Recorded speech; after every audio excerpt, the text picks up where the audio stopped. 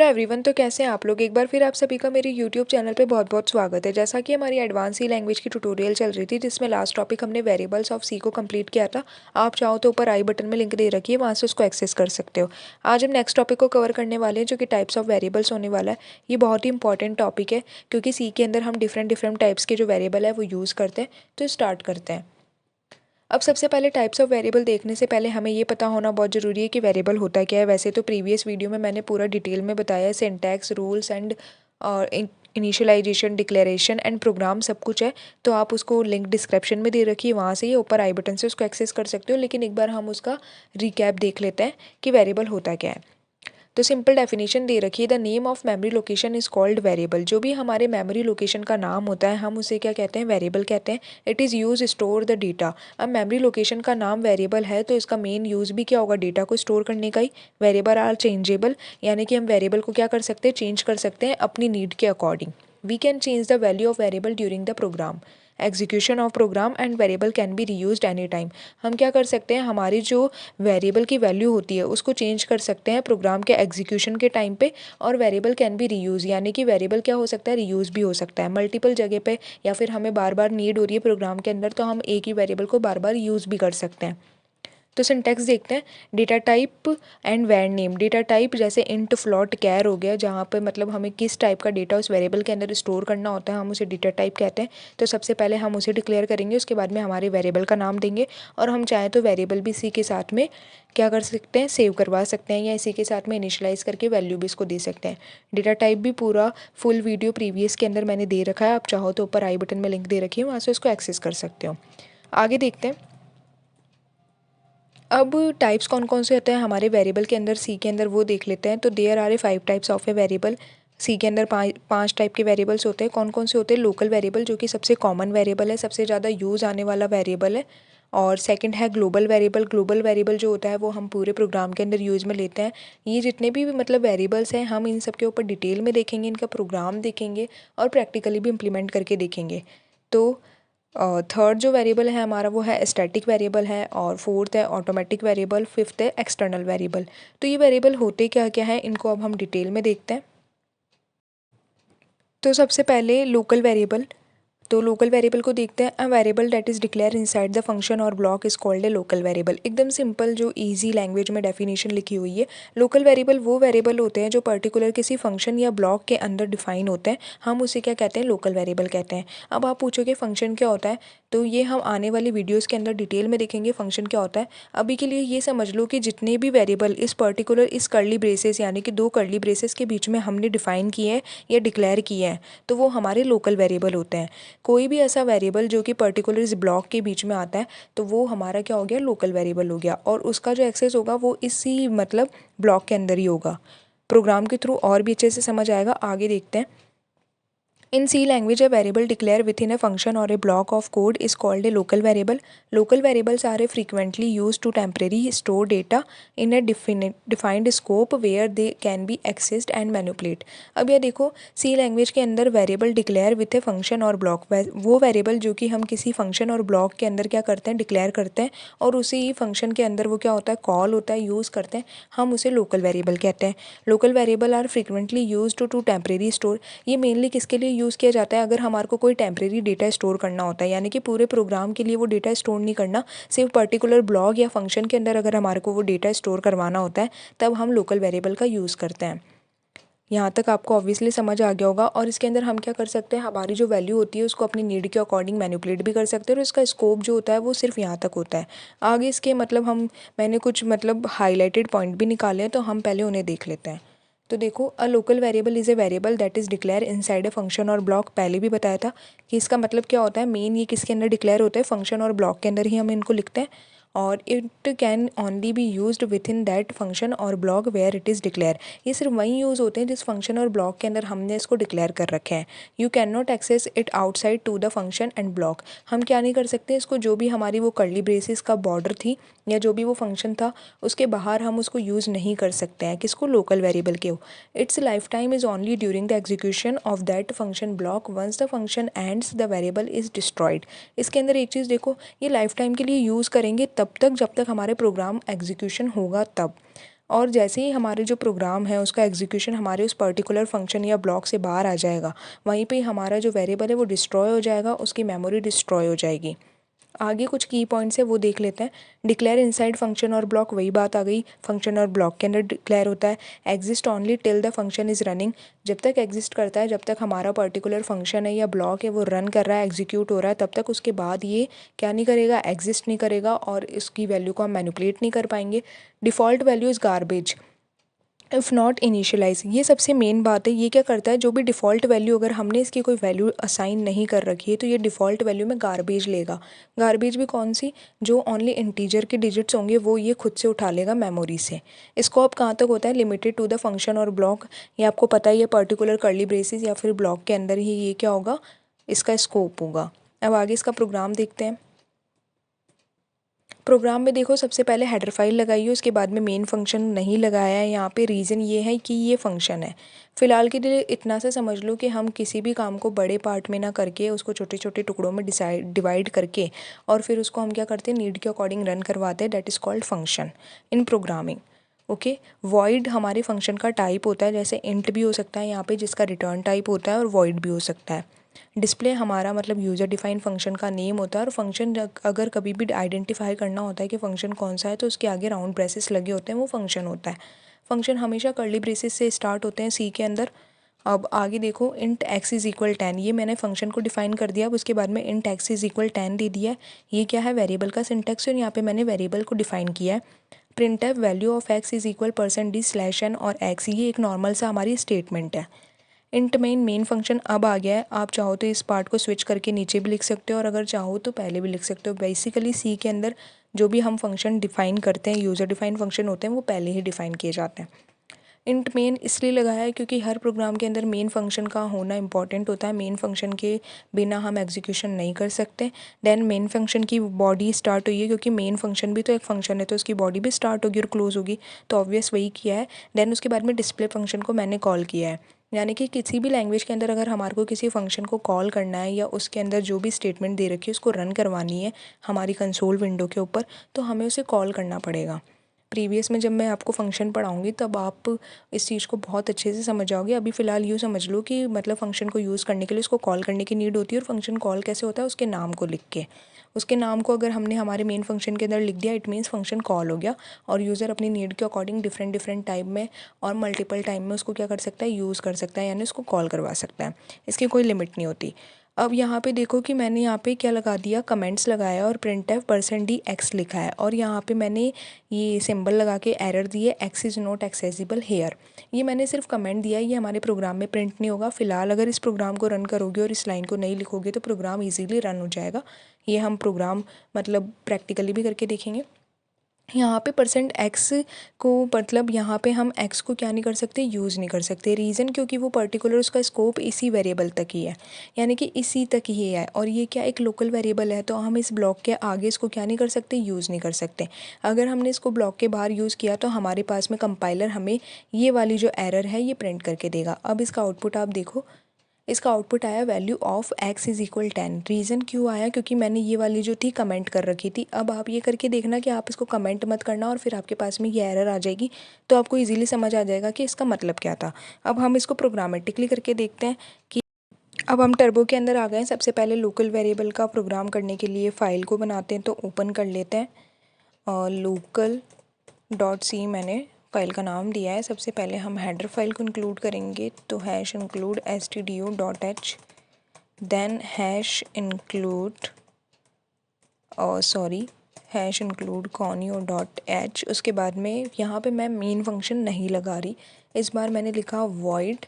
Same वही programme कर रहे हैं हम, डिस्प्ले, और उसके बाद में मैंने ये लगा दिया। फंक्शन की बॉडी स्टार्ट हो गई, मैंने इंट x इज़ इक्वल 10 दे दिया, एंड उसके बाद में मैंने दिया printf और x इज़ इक्वल %d, क्योंकि फॉर्मेट स्पेसिफायर है तो इसका यूज़ करना तो इम्पॉर्टेंट है, नहीं तो इंटीजर की वैल्यू कैसे प्रिंट होगी। फंक्शन की बॉडी बंद। देन मैंने मेन फंक्शन लगाया int main and curly braces कर लिया, और मैंने यहाँ पे printf में दिया है, मैंने कहा value of is equal %d। अब आप देखना कि यहाँ पे मतलब प्रिंट हो रहा है या एरर आ रही है। मेन पर्पस हमारा एरर देखने का है। गेट सी एच हम लगाते हैं, CLR SCR मैंने लगाया नहीं तो हम पहले CLR SCR लगा लेते हैं। तो ये CLR SCR हो गया। देन अब हम इस फंक्शन की बॉडी को बंद करते हैं। अब एक चीज़ और देखो, फंक्शन अभी कॉल नहीं किया मैंने, तो फंक्शन कॉल करना भी मस्ट है। तो डिस्प्ले कर दिया मैंने फंक्शन का कॉल, Ctrl+S किया, Ctrl+F9 किया। एरर देखो, undefined symbol x function should return a value. Second वाली जो वैल्यू है वो तो हम कर सकते हैं क्योंकि मैंने इंट मैन यूज़ किया है। ऐसा करते हैं कि हम इंट मैन हटा ही देते हैं, हम वर्ड मैन कर देते हैं इसको। इंट मैन मैंने इसलिए यूज़ किया था क्योंकि वहाँ वाले प्रोग्राम में भी वो था, जनरली हम प्रोग्रामिंग करते हैं तब इसका यूज़ नहीं कर रहे हैं। और अब ये वाली एरर आ रही है कि हम एक्स को यूज़ नहीं कर सकते। रीज़न पर्टिकुलर ब्लॉक के अंदर ही हम उसका यूज़ कर सकते हैं। अब मैंने इस लाइन को क्या किया है, कमेंट करके Ctrl+F9 कर देते हैं। तो अब देखो x is equal 10। I hope फ़र्क आपको पता चला होगा। अब हम नेक्स्ट को देखते हैं जो कि है ग्लोबल वेरिएबल। तो अब हम इसको देखते हैं। सबसे पहले इसकी डेफिनेशन देखते हैं। Variable that is declare outside the function or block is called a global variable. वो वेरिएबल जो कि हम क्या कर सकते हैं, आउटसाइड ऑफ द फंक्शन या फिर ब्लॉक हम क्या करते हैं, डिफाइन करते हैं, वो ग्लोबल वेरिएबल होता है। ये लोकल वेरिएबल का बिल्कुल अपोजिट है। लोकल वेरिएबल को हम क्या कर रहे थे, पर्टिकुलर ब्लॉक के अंदर डिफाइन कर रहे थे और उसका एक्सेस वहीं था। ग्लोबल वेरिएबल का क्या होगा कि हम इसको क्या करेंगे, ब्लॉक के बाहर डिफाइन करेंगे और इसका एक्सेस हमारे पूरे प्रोग्राम में होगा। ओके, तो the declaration of a variable is very similar to that of a local variable. इसकी जो डिक्लेरेशन होती है वो क्या होती है, ग्लोबल वेरिएबल से बिल्कुल सिमिलर होती है, यानी कि सेम डिक्लेरेशन होती है।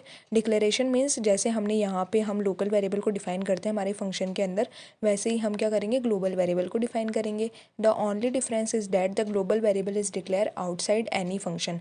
हम क्या करेंगे, ग्लोबल वेरिएबल को जो भी फंक्शन होगा उसके आउटसाइड को डिफाइन करेंगे, चाहे वो मेन ही फंक्शन क्यों ना हो। ठीक है, तो इंट x इज़ इक्वल 5 यहाँ पे क्या हो गया, ग्लोबल वेरिएबल हो गया और हमने इसको मेन फंक्शन के बाहर डिफाइन किया क्योंकि हम इसे outside of the function define करते हैं। मेन फंक्शन है और उसके बाद में इंट y इज़ इक्वल 10 जो कि लोकल वेरिएबल है। अब आपको इन दोनों के अंदर डिफरेंस क्लियरली पता चल गया होगा, तो इसके कुछ हाईलाइटेड पॉइंट्स देख लेते हैं। A global variable is declared outside all function usually at the top of the program। Global function या ग्लोबल वेरिएबल कहाँ डिफाइन होता है, आउटसाइड ऑल द फंक्शन। जितने भी फंक्शंस ब्लॉक्स हम यूज़ कर रहे हैं उन सब के आउटसाइड इसको डिफाइन करेंगे और यूजुअली हम इसको क्या करते हैं, प्रोग्राम के टॉप पे ही डिफाइन करते हैं। It can be accessed for any function in the programme.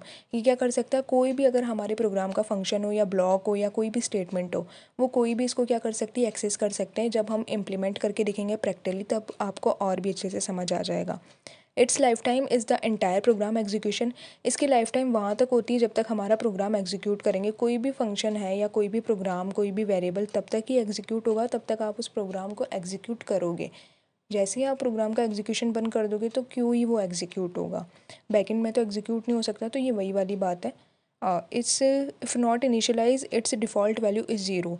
Local variable की जो मतलब डिफ़ॉल्ट वैल्यू थी वो गार्बेज वैल्यू थी, यानी कि वो अपने हिसाब से रैंडम नंबर उठा रहा था। और ग्लोबल वेरिएबल की जो डिफ़ॉल्ट वैल्यू होगी वो हमेशा क्या रहेगी, ज़ीरो रहेगी। की पॉइंट्स देखते हैं। Declare outside all the function, वही सेम बात आ गई, सारे फंक्शन के बाहर डिफाइन करेंगे। Accessible bye all function in the same programme, सारे फंक्शन क्या कर सकते हैं, इसको एक्सेस कर सकते हैं एक सेम ही प्रोग्राम के अंदर। Life time exist for the whole program, जब तक प्रोग्राम एग्जिस्ट करेगा पूरा तब तक वो वेरिएबल मेमोरी के अंदर स्टोर रहेगा। जैसे ही पूरा प्रोग्राम डिस्ट्रॉय हो जाएगा वेरिएबल भी डिस्ट्रॉय हो जाएगा। डिफ़ॉल्ट वैल्यू इसकी क्या होती है, ज़ीरो होती है। नेक्स्ट अब इसका प्रोग्राम समझते हैं। यहाँ देखो, सबसे पहले हमने लगाई हेडर फाइल, उसके बाद में इंट g इज़ इक्वल 100, यानी कि ये हमारा ग्लोबल वेरिएबल है जो कि हमने मेन फंक्शन या जो भी हमारा फंक्शन है उसके बाहर ही डिफाइन कर दिया। उसके बाद में वही हमने हमारा मतलब यूज़र डिफाइन फंक्शन को डिफाइन किया जो कि वॉइड उसका रिटर्न टाइप होता है और शो हमारे फंक्शन का नाम है। देन उसके बाद में प्रिंट एफ यानी कि value of g in show and %d/n and g। यहाँ पे आपने नोट किया होगा कि मैंने फंक्शन को यहीं पे कॉल नहीं किया है, ये फंक्शन कॉल नहीं है, ये स्टेटमेंट है, ये जस्ट प्रिंट होगा क्योंकि ये एक स्ट्रिंग है। और यहाँ पे अब उसके बाद में देखो इंट मेन फंक्शन होता है। देन उसके बाद में print f is equal value of g in the main. ये जो फंक्शन था हम यहाँ पे भी किसको एक्सेस कर रहे हैं, जी को एक्सेस कर रहे हैं, और मेन फंक्शन के अंदर भी हम जी को ही एक्सेस कर रहे हैं। सेम स्टेटमेंट हमने यहाँ पर भी दी और यहाँ पे भी हम क्या कर रहे हैं, जी को एक्सेस कर रहे हैं। अब मैंने यहाँ पे जी की वैल्यू 200 कर दी। देन उसके बाद में वापस शो फंक्शन को कॉल किया। अब जब वापस शो फंक्शन को कॉल किया मीन्स यहाँ पे वैल्यू हमारे पास में चेंज होके आएगी एंड देन रिटर्न 0। ओके, तो अब हम इसका आउटपुट देखते हैं। सबसे पहले मेन फंक्शन से प्रोग्राम का एग्जीक्यूशन होता है, तो मेन फंक्शन की ये वाली लाइन हमारी रन हो गई प्रिंट एफ की। देन उसके बाद में जी की वैल्यू 100 हुई, 100 थी, 200 हुई। देन उसके बाद में शो फंक्शन मिला, जिसको कॉल करते ही शो फंक्शन से ये हमारे प्रोग्राम का एग्जीक्यूशन यहाँ आया। यहाँ आने के बाद में हमने प्रिंट एफ को क्या किया, कॉल हुआ, यानी प्रिंट एफ फंक्शन कॉल हुआ। देन उसकी जो स्टेटमेंट थी वो प्रिंट हुई और उसके बाद में ये आउटपुट आया। इसको प्रैक्टिकली करके देखते हैं। अब हम टर्बो के अंदर आ गए हैं। सबसे पहले फ़ाइल ओपन करके और ग्लोबल वेरिएबल हम कर रहे हैं, तो फाइल का नाम दे देते हैं global.c। ठीक है, अब हेडर फाइल लगाएंगे। सबसे पहले #include stdio.h, जो कि हमारे सब में सेम प्रोसेस रहता है। देन कोनियो वाली हेडर फाइल लगा ली है। ओके, अब मैंने यहाँ पे void शो वाला जो फंक्शन था वो दे दिया है। देन अब यहाँ पे मैंने क्या नहीं किया है, ग्लोबल वेरिएबल डिफाइन नहीं किया। अभी कर देते हैं int a is equal 100 value कर देते हैं। आप चाहो तो कोई सी भी वैल्यू ले सकते हो। अब उसके बाद में यहाँ पे इस बार मैं कर रही हूँ प्रिंट एफ, और ये मैंने दे दिया a is equal %d /n comma a, कि a को प्रिंट कर दो। ठीक है, और ये फंक्शन सिंपल था, बंद कर दिया। देन मेन फंक्शन मैंने ऑन किया है, डिफ़ाइन हो गया कर्ली ब्रेसिस। और यहाँ मैंने प्रिंट एफ में दे दिया है a is equal %d /n कर दिया है और a को दे दिया है। देन उसके बाद में a इज़ इक्वल 200। देन मैंने शो फंक्शन को कॉल किया है। अब आप डिफरेंट देखना कि दोनों में डिफरेंस क्या है। गेट ch फंक्शन लगाया है स्क्रीन को होल्ड करने के लिए। देन लेकिन एक चीज़ और रह गई है, CLR SCR, वरना हमारी स्क्रीन क्लियर कैसे रहेगी, प्रीवियस का जो आउटपुट होगा वो भी आएगा। कंट्रोल S किया, कंट्रोल F9 किया, देन 0 एरर है। कंट्रोल और ये a is equal 100, a is equal 200। I hope फ़र्क समझ आ गया होगा। नेक्स्ट वाला देखते हैं। अब ये है ऑटोमेटिक वेरिएबल, हमारा 3rd नंबर का वेरिएबल का टाइप है। इसे देखते हैं। In C programming an automatic variable is a local variable declare inside a function or block of code. यही समझ आ गया होगा एक ही लाइन में, ऑटोमेटिक वेरिएबल हमारा लोकल वेरिएबल ही होता है, जो कि हम पर्टिकुलर हमारे फंक्शन या ब्लॉक के अंदर क्या करते हैं, स्टोर करते हैं, या फंक्शन या ब्लॉक के अंदर हम उसको लेते हैं। Automatic variable have a local scope. इसका स्कोप भी क्या होता है, लोकल होता है, क्योंकि लोकल वेरिएबल है तो लोकल स्कोप होगा। पर्टिकुलर जो ब्लॉक होगा वहीं के अंदर ही इसको यूज़ कर सकते हैं अपन, पूरे प्रोग्राम के अंदर इसको यूज़ नहीं कर सकते। Meaning they are only accessible within the function or block where they are declared. जहाँ पर हम इसको डिक्लेयर करेंगे वहीं पर ही यूज़ करेंगे, यानी कि लोकल वेरिएबल या फिर ऑटोमेटिक वेरिएबल दोनों सेम वेरिएबल है। All variable are declare inside the block are automatic variable by default. जितने भी हम जो वेरिएबल डिफाइन करते हैं हमारे ब्लॉक के अंदर बाय डिफ़ॉल्ट या किसी फंक्शन के अंदर, वो ऑटोमेटिक वेरिएबल्स ही होते हैं। We can declare an automatic variable using auto keyword.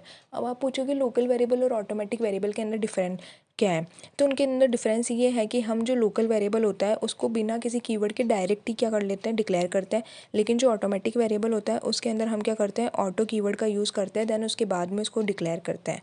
Example के थ्रू देखो, ऑटो कीवर्ड लगाया, देन उसके बाद में डेटा टाइप लगाया, फिर वेरिएबल का नेम है और उसके बाद में वैल्यू है, तो ये हमारा ऑटोमेटिक वेरिएबल है। आगे इसके कुछ की पॉइंट्स देखते हैं। An automatic variable is a variable that is created automatically when a function or a block is entered and destroy when it is exist. Automatic variable क्या होता है, क्रिएट होता है ऑटोमेटिकली, नेम से ही पता चल रहा है, और जैसे ही हम हमारे ब्लॉक या फिर मतलब जो स्कोप है वो ख़त्म हो जाता है, तो ऑब्वियस सी बात है कि हमारा जो वेरिएबल है डिस्ट्रॉय हो जाएगा। इसका मतलब यही है। By default all local variable और ऑटोमेटिक वेरिएबल, पहले भी बताया था, लोकल वेरिएबल ही ऑटोमेटिक वेरिएबल हो गया। तो जितने भी डिफ़ॉल्ट वेरिएबल है सारे कौन से हो गए, automatic variable. It is declared using the keyword of auto. ये कैसे डिक्लेयर होते हैं, कीवर्ड ऑटो कीवर्ड के थ्रू। But usually we don't write it because it is the default. Usually हम इसको नहीं लिखते हैं क्योंकि बाय डिफ़ॉल्ट क्या होता है, जितने भी वेरिएबल है ऑटोमेटिक की कैटेगरी में आते हैं, इसलिए हम इसको डायरेक्टली मेंशन नहीं करते। बट अगर कहीं कहीं रिक्वायरमेंट होती है तो हम इसको ऑटो कीवर्ड के थ्रू भी डिफाइन कर देते हैं। की पॉइंट्स देखते हैं। Store in A stack memory, ये क्या करता है, जितने भी हमारा डेटा होता है उसको एक स्टैक मेमोरी के अंदर स्टोर करते हैं। डीएसए का पार्ट है स्टैक, यानी कि एक पर्टिकुलर एक के बाद में एक के ऊपर हम जो चीज़ रखते हैं। जैसे हमारी एक बुक्स का स्टार हो गया, that is called the stack. Default value is garbage if not initialise. जैसे लोकल वेरिएबल की डिफ़ॉल्ट वैल्यू गार्बेज वैल्यू होती है, वैसे ही इसकी भी एक रैंडम वैल्यू इंटीजर का ही वही गार्बेज वैल्यू होती है वही डिफ़ॉल्ट वैल्यू होती है। Created when function starts, destroy when the function end. Same ही बात है, जैसे ही फंक्शन स्टार्ट करोगे क्रिएट हो जाएगा, जैसे ही फंक्शन क्लोज करोगे तो डिस्ट्रॉय हो जाएगा। Scope limited to the block और फंक्शन, ये क्या होगा, मिनिमम जो हमारा ब्लॉक और फंक्शन है वहीं तक इसका स्कोप रहेगा। प्रोग्राम देखते हैं। सबसे पहले हेडर फाइल लगाइए, उसके बाद में वॉइड डेमो, यानी कि मैंने फंक्शन बनाया है क्योंकि ये लोकल वेरिएबल का जैसा ही है तो इसके लिए फ़ंक्शन बनाना पड़ेगा, क्योंकि पर्टिकुलर उस फंक्शन के अंदर ही तो हम इसको एक्सेस कर पाएंगे। देन देखो ऑटो कीवर्ड का यूज़ किया, उसके बाद में वेरिएबल का डेटा टाइप लगाया, देन उसके बाद में डेटा टाइप के बाद में वेर का नेम एंड 10, ये हमारा ऑटोमेटिक वेरिएबल हो गया। And int y is equal 20, वैसे तो लोकल वेरिएबल भी कह सकते हो बट बाय डिफ़ॉल्ट हम इसको क्या कह रहे हैं, ऑटोमेटिक वेरिएबल। देन उसके बाद में print f x is equal %d, y is equal %d, ये हमारी प्रिंट एफ के अंदर नॉर्मल से इसका फॉर्मेट है कि हमें किस तरीके से इसको प्रिंट करवाना है। अब यहाँ देखो मेन फंक्शन है हमारा, मेन फंक्शन के बाद में मैंने क्या किया, डायरेक्ट डेमो फंक्शन को कॉल किया एंड रिटर्न 0, क्योंकि मुझे अभी सिर्फ क्या करना है, ये वैल्यू को प्रिंट ही करवानी है। तो अब हमारी जो वैल्यूज़ होगी वो प्रिंट हो जाएगी। अब इसको हम प्रैक्टिकली करके देखते हैं। अब हम टर्बो में आ गए हैं। सबसे पहले हमारी फ़ाइल बना लेते हैं ऑटो नेम से, तो मैंने फ़ाइल बना ली है auto.c से।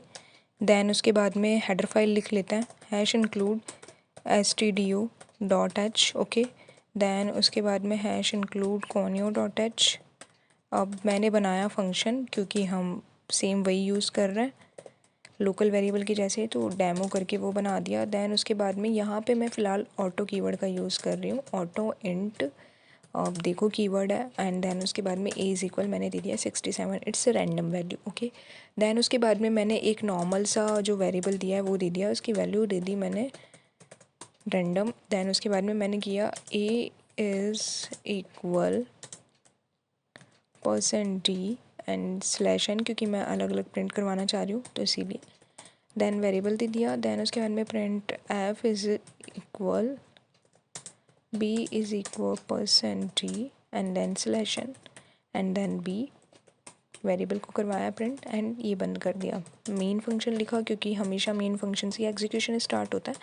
देन यहाँ मैंने CLR SCR फंक्शन को दे दिया है, और उसके बाद में यहाँ CLR SCR को देने के बाद हमने फंक्शन को कॉल किया डेमो को फ़ोन करने के बाद में रिटर्न 0, और उसके बाद में गेट ch फंक्शन का यूज़ कर लिया। रीज़न स्क्रीन होल्ड करने के लिए। आई होप अब तक का पता चल गया होगा और लर्न भी हो गया होगा। Start, sorry, control F9, 1 second, it's a problem because हम लोग अभी तक सिर्फ वॉइड मेन का यूज़ कर रहे थे।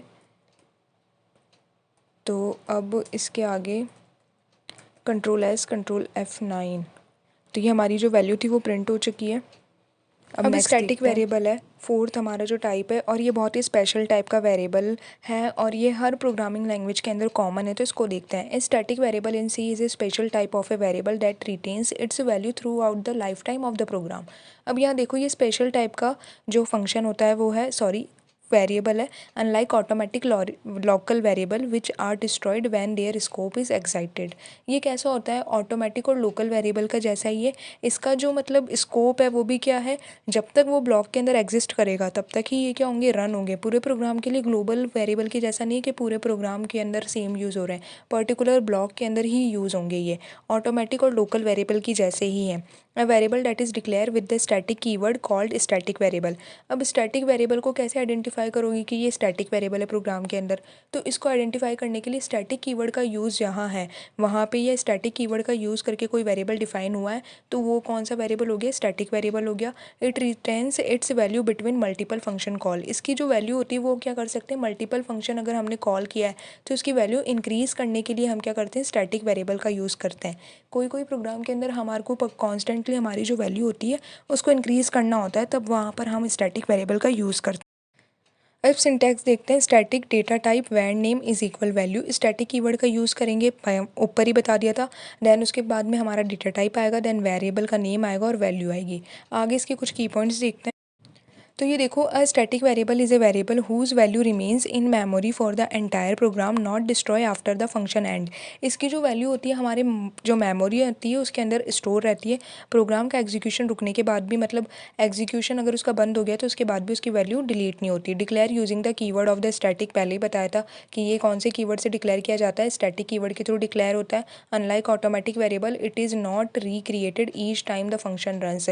ये हर बार क्रिएट नहीं होगा, इसकी सिर्फ वैल्यू इंक्रीज होगी, क्योंकि स्टैटिक का मतलब होता है कांस्टेंट हो जाना। आप इस वेरिएबल को चेंज नहीं कर सकते। इसकी भी डिफ़ॉल्ट वैल्यू ज़ीरो रहेगी। लोकल और ऑटोमेटिक वेरिएबल की जो डिफ़ॉल्ट वैल्यू थी वो गार्बेज वैल्यू थी, लेकिन ग्लोबल वेरिएबल की जो डिफ़ॉल्ट वैल्यू थी ज़ीरो थी। स्टैटिक वेरिएबल की भी जो डिफ़ॉल्ट वैल्यू है वो ज़ीरो रहेगी। की पॉइंट्स देखो। Declare with static, static keyword के थ्रू डिक्लेयर करते हैं। Life time entire program value persistent between the function call. जब जब फंक्शन का कॉल होगा तब तक इसकी जो वैल्यू रहेगी वो मेमोरी में स्टोर हो जाएगी। Scope same as where it is declare, वहीं पर ही होगा इसका स्कोप जहाँ पर इसको डिक्लेयर किया जाएगा। फॉर एग्जांपल पर्टिकुलर फंक्शन के अंदर डिक्लेयर किया गया है तो इसका स्कोप भी वहीं तक ही होगा। डिफ़ॉल्ट वैल्यू ज़ीरो रहेगी। वही बात हो गई। Stored in the data segments, ये जो डेटा होता है स्टैक के फॉर्मेट्स के अंदर क्या करता है, स्टोर करता है। देन अब प्रोग्राम देखते हैं। सबसे पहले मैंने हेडर फाइल लगाई है, देन वॉइड काउंटर फंक्शन बनाया है, यूज़र डिफाइन फंक्शन है। स्टैटिक कीवर्ड का यूज़ लगाया है क्योंकि स्टैटिक वेरिएबल का यूज़ कर रहे हैं हम। Then int data type count variable का नेम इज़ इक्वल 0। हमने वैसे इसकी वैल्यू अपने अकॉर्डिंग भी डिफाइन कर सकते हैं, बट यहाँ पे वेरिएबल की वैल्यू 0 रखी है। देन उसके बाद में काउंट प्लस प्लस ऑपरेटर्स के अंदर देखेंगे कि प्लस प्लस का मतलब क्या होता है। फिलहाल इंक्रीमेंट ऑपरेटर, यानी कि वैल्यू को बाय 1 से इंक्रीज़ करने के लिए प्लस प्लस का सिंबल लगाया है। देन अब प्रिंटफ जो है, प्रिंटफ हमारा फंक्शन है। Then count is equal %d, वही हमने स्टेटमेंट दी है वेरिएबल को प्रिंट करवाने के लिए। अब मेन फंक्शन है। मेन फंक्शन के अंदर देखो मैंने मल्टीपल टाइम में जो हमारा फंक्शन है उसको कॉल कर रखा है काउंट मेन करके। काउंटर काउंटर काउंटर 3 बार फंक्शन को कॉल किया है। रीज़न क्योंकि मैंने यहाँ पे इंक्रीमेंट ऑपरेटर का यूज़ किया है। अब आप देखना वेरिएबल तो सेम ही रहेगा बट इसकी वैल्यू इंक्रीज़ होती रहेगी। आउटपुट देखते हैं। आउटपुट में देखो सबसे पहले काउंट में 1 आया, क्योंकि फर्स्ट काउंटर को जब हमने प्रिंट किया तो यहाँ से वो गया इसके पास में, फिर वो प्लस हुआ और उसके बाद में स्टैटिक वेरिएबल से इसने काउंट लिया, काउंट प्लस हुआ और 0 से उसकी वैल्यू 1 हुई और उसके बाद में यहाँ पे 1 प्रिंट हो गया। देन वापस हमने फंक्शन को कॉल करवाया इस वाले को, वापस ऊपर गया, 1 वैल्यू थी, 1 के अंदर 1 वापस गया तो हमारे पास में 2 प्रिंट हो गई। और उसके बाद में वापस से इसको क्या हुआ, फंक्शन यहाँ पर आया, थर्ड नंबर वाले कॉलर पे, थर्ड नंबर पे आया, देन वापस गया काउंटर के पास में और उसके बाद में इसने 3 प्रिंट कर लिया प्रैक्टिकली। अब इसको हम करके टर्बो में आ गए हैं। स्टैटिक का फाइल बना लेते हैं। तो मैंने नेम दे दिया है static.c। ओके, सबसे पहले वही हेडर फाइल लगाएंगे stdio.h, then second okay, then void main curly braces. void main अभी नहीं लगा रहे हैं, आई एम सॉरी। अभी फ़िलहाल के लिए हमें फंक्शन बनाना है तो हम फंक्शन बना रहे हैं शो करके, curly braces and A is equal मैंने दे दिया 100। ओके, और मैंने यहाँ कर दिया a plus plus. Print F में मैंने कर दी a is equal %d slash n दे देते हैं और a की वैल्यू को प्रिंट करवा रहे हैं। फंक्शन का काम ख़त्म, बंद। वॉइड मेन करके मेन फंक्शन लगा लिया और उसके बाद में CLR SCR दिया। CLR SCR देने के बाद में अब हमारे को फंक्शन को कॉल करना है। फंक्शन का नाम है शो, वहाँ पे काउंट था, यहाँ पे मैंने फंक्शन का नेम चेंज कर दिया। शो को मैं यहाँ कर रही हूँ 3 बार कॉल, अपन चाहे तो 4 बार 5 बार या 2 बार भी कर सकते हैं। गेट ch लगा लेते हैं एंड देन कंट्रोल S से सेव, कंट्रोल F9 से रन। अब यहाँ देखो a is equal 0 1 0, a is equal 0 1 0, a is equal 1 0। Next सबसे लास्ट जो हमारा वेरिएबल का टाइप होने वाला है वो एक्सटर्नल वेरिएबल है और सबसे इजी भी है। तो स्टार्ट करते हैं। We can share a variable in a multiple source file by external variable. हम क्या कर सकते हैं, अगर हमारे को मल्टीपल सोर्स फाइल के अंदर एक ही वेरिएबल का यूज़ करना है, जैसे बहुत सारी हमारी फाइल्स बनी हुई है और उनके अंदर हम चाह रहे हैं कि जो मैंने फर्स्ट फाइल के अंदर वेरिएबल्स ले रखे हैं वही दूसरी में यूज़ करें, वही तीसरी में यूज़ करें, तो इसके अंदर सी के अंदर वो एक्सटर्नल वेरिएबल का कंसेप्ट आ जाता है, जो कि हमारी नॉर्मल जो ट्रेडिशनल सी है उसके अंदर नहीं है, लेकिन एडवांस की जो सी है उसके अंदर ये कंसेप्ट है। आगे देखो, in C the extern keyword is use to declare a variable or a function whose definition is present in the some other file. इसके अंदर हम क्या करते हैं, एक्सटर्न कीवर्ड का यूज़ करते हैं। एक्सटर्न कीवर्ड का यूज़ करने के लिए एक्सटर्न कीवर्ड का यूज़ करते हैं किसके अंदर, एक्सटर्नल वेरिएबल के अंदर। और कभी भी अगर हमारे को किसी दूसरी फाइल के अंदर अगर यूज़ करना होता है या दूसरी फाइल के अंदर कोई डेटा को हमारे को ट्रांसफ़र करना होता है तो एक्सटर्नल वेरिएबल यूज़ कर सकते हैं। Basically it extends the visibility of the variable. Obviously visibility बढ़ा रहा है क्योंकि हम एक ही वेरिएबल को मल्टीपल फाइल में यूज़ कर रहे हैं, तो मल्टीपल फाइल जब रन होगी तो वो सेम वेरिएबल जाएगा, तो उससे उसकी विजिबिलिटी तो इन्हेंस होगी। And function in the C to multiple source file, और जो फंक्शन है या जो भी हमारे मतलब ब्लॉक्स है या जो स्कोप्स है वो उसी फाइल को क्या कर सकते हैं, मल्टीपल फाइल का रीयूज़ हो जाता है। अब इसका जो सिंटैक्स है वो देखो, एक्सटर्न कीवर्ड का यूज़ करेंगे क्योंकि एक्सटर्न वेरिएबल है, एक्सटर्न कीवर्ड के थ्रू ही डिफाइन होगा कि ये एक्सटर्न है। देन डेटा टाइप का यूज़ होगा, डेटा टाइप के थ्रू डिफाइन करेंगे किस टाइप की वैल्यू आएगी, देन वेरिएबल का नेम एंड वैल्यू। अब आगे इसके कुछ की पॉइंट्स है वो हम लोग देख लेते हैं। सबसे पहले an external variable is basically a global variable that is declare in the one file or outside function and can be used in the another file or function with the help of the keyword extern. अब ये बहुत ही काम की चीज़ है कि ये global variable ही है। अब हम क्या कर रहे हैं कि पर्टिकुलर स्कोप के अंदर अगर इसको डिफाइन करेंगे तो हम दूसरी फाइल के अंदर उसको कैसे यूज़ कर पाएंगे, इसीलिए ये ग्लोबल वेरिएबल की तरह है। हम इसको क्या करेंगे, जितने भी फंक्शंस वगैरह है उसके टॉप में डिफाइन कर देंगे ताकि इसी के थ्रू ही तो हम उसको मल्टीपल फाइल्स के अंदर यूज़ कर पाएंगे। अगर पर्टिकुलर ब्लॉक के अंदर कर दिया तो ब्लॉक के अंदर ही यूज़ कर पाएंगे, तो फिर दूसरी फाइल में कैसे डेटा ट्रांसफ़र होगा। तो ये इसका रीज़न है। आई होप क्लियर हो गया होगा। It tells the compiler this variable is declared somewhere else, I just want to use it here. यानी कि हमारे कंपाइलर को ये कहता है कि ये डिक्लेयर किस लिए हुआ है, दूसरे मतलब जो है फाइल, कंपाइलर ये कहता है कि इस वेरिएबल को दूसरे फाइल के थ्रू भी हमको इसको यूज़ करने दो। लाइफ टाइम एंटायर प्रोग्राम, जितनी बार प्रोग्राम रन होगा, जो भी प्रोग्राम रन होगा वहाँ पे इसका यूज़ हो जाएगा। स्कोप ग्लोबली, यानी कि जितनी बार, ग्लोबल मतलब जितनी बार यूज़ करोगे उतनी बार यूज़ होगा मल्टीपल टाइम। की पॉइंट्स देखो, declare with extern when used in the another file, extern keyword के थ्रू यूज़ करते हैं यानी कि उसके थ्रू डिक्लेयर करते हैं। Defined only once in the program to avoid multiple definition error. ये क्या होता है, सिर्फ एक ही बार डिक्लेयर होता है मल्टीपल प्रोग्राम के अंदर यूज़ करने के लिए। Default value is zero if not initialise. अगर हम इसको इनिशियलाइज़ नहीं करते हैं तो इसकी डिफ़ॉल्ट वैल्यू क्या रहती है, ज़ीरो रहती है। Life time is entire program execution, इसके जो प्रोग्राम एंटायर एग्जीक्यूशन है वो लाइफ टाइम के लिए रहता है। प्रोग्राम देखते हैं हम इसका। सबसे पहले हेडर फाइल लगाएंगे जो हम सब प्रोग्राम के अंदर लगाते हैं ग्लोबल वेरिएबल की। जैसे इसको भी मैंने क्या किया, फर्स्ट नंबर पे डिफाइन कर दिया, यानी कि सारे फंक्शंस जो थे, मेन फंक्शंस जो थे उससे पहले डिफाइन किया। देन वॉइड डिस्प्ले नाम का यूज़र डिफाइन फंक्शन बनाया, फंक्शन की बॉडी स्टार्ट हुई, उसके बाद में एक्सटर्न कीवर्ड का यूज़ लगा के इंट नम करके मैंने फंक्शन बना दिया। और उसके बाद में मतलब वेरिएबल डिफाइन किया यूजिंग एक्सटर्नल वेरिएबल, वो भी एक्सटर्नल या ग्लोबल वेरिएबल ही था। उसके बाद में प्रिंट एफ लगा के नम करके मैंने स्टेटमेंट देके प्रिंट करवाया। देन इंट मेन से डिस्प्ले, मेन फंक्शन के अंदर डिस्प्ले फंक्शन को कॉल करवाया। तो अब मेरे पास में जो इसका डेटा आया वो क्या आया, नम इज़ इक्वल 10। अब इसको प्रैक्टिकली करके देखते हैं। तो टर्बो पे चलते हैं। अब टर्बो में सबसे पहले हम फाइल को ओपन करेंगे। तो फाइल बनाने के लिए फाइल पे गए, देन उसके बाद ये क्या हो रहा है, ओके फाइल का नेम। देन अब मैंने फ़ाइल दी है, तो फाइल के लिए सबसे पहले एक्सटर्न डॉट सी मैंने फ़ाइल का नाम दे दिया। हेडर फाइल्स लगाएंगे, सबसे पहले stdio.h hash include conio.h। I hope आपको सच में समझ आ रहा होगा। अगर आपको सच में समझ आ रहा है तो please like comment and share कर देना। सबसे पहले void show नाम का मैंने जो फंक्शन था वो बनाया है, बट अभी हम एक्सटर्न का यूज़ कर रहे हैं तो मैंने यहीं पे ही एक्सटर्न कीवर्ड लगा लिया है और e इज़ इक्वल मैंने 10 दे दिया है, जिसको मैं मतलब दोनों तरफ से यूज़ करेंगे अपन। अब यहीं से यूज़ कर लेते हैं। सबसे पहले तो फर्स्ट स्टेटमेंट यहीं दे देते हैं प्रिंट एफ, और a इज़ इक्वल %d और /n दे देते हैं, ठीक है, क्योंकि ये ग्लोबल वेरिएबल होने वाला है हमारा तो इसीलिए। देन मैंने दे दिया void main। अब मैंने लगा दिया CLR SCR जस्ट बिकॉज हम सिर्फ स्टेटमेंट के थ्रू इसको प्रिंट करने वाले हैं, वैल्यूज़ को इसकी हम चेंज नहीं कर रहे हैं। ओके आप चाहो तो इसकी वैल्यू भी चेंज कर सकते हो क्योंकि वो भी इसमें पॉसिबल है। /n के बाद में 1 एंड देन उसके बाद में a। गेट CS से मैंने इसको वो किया, बट मैंने फंक्शन कॉल नहीं किया तो उसकी वैल्यू कैसे प्रिंट होगी। फंक्शन कॉल करने के लिए मैंने शो फंक्शन को कॉल कर लिया, यानी कि उसके नेम को लिख लिया, और b नाम का कोई वेरिएबल ही नहीं है तो यहाँ पे a तो वेरिएबल है हमारा, तो वो लिख दिया, ठीक है। कंट्रोल एस से सेव करते हैं, कंट्रोल F9 से कंपाइल करते हैं, 0 एरर है मतलब प्रोग्राम रन हो जाएगा, कंट्रोल F9 से रन कर दिया। A is equal 10, A is equal 10। फ़र्क पता चला कि हम इसको ग्लोबली पूरे प्रोग्राम में कहीं पे भी यूज़ कर सकते हैं। तो आज के लिए बस इतना ही। Thank you. Subscribe for more content.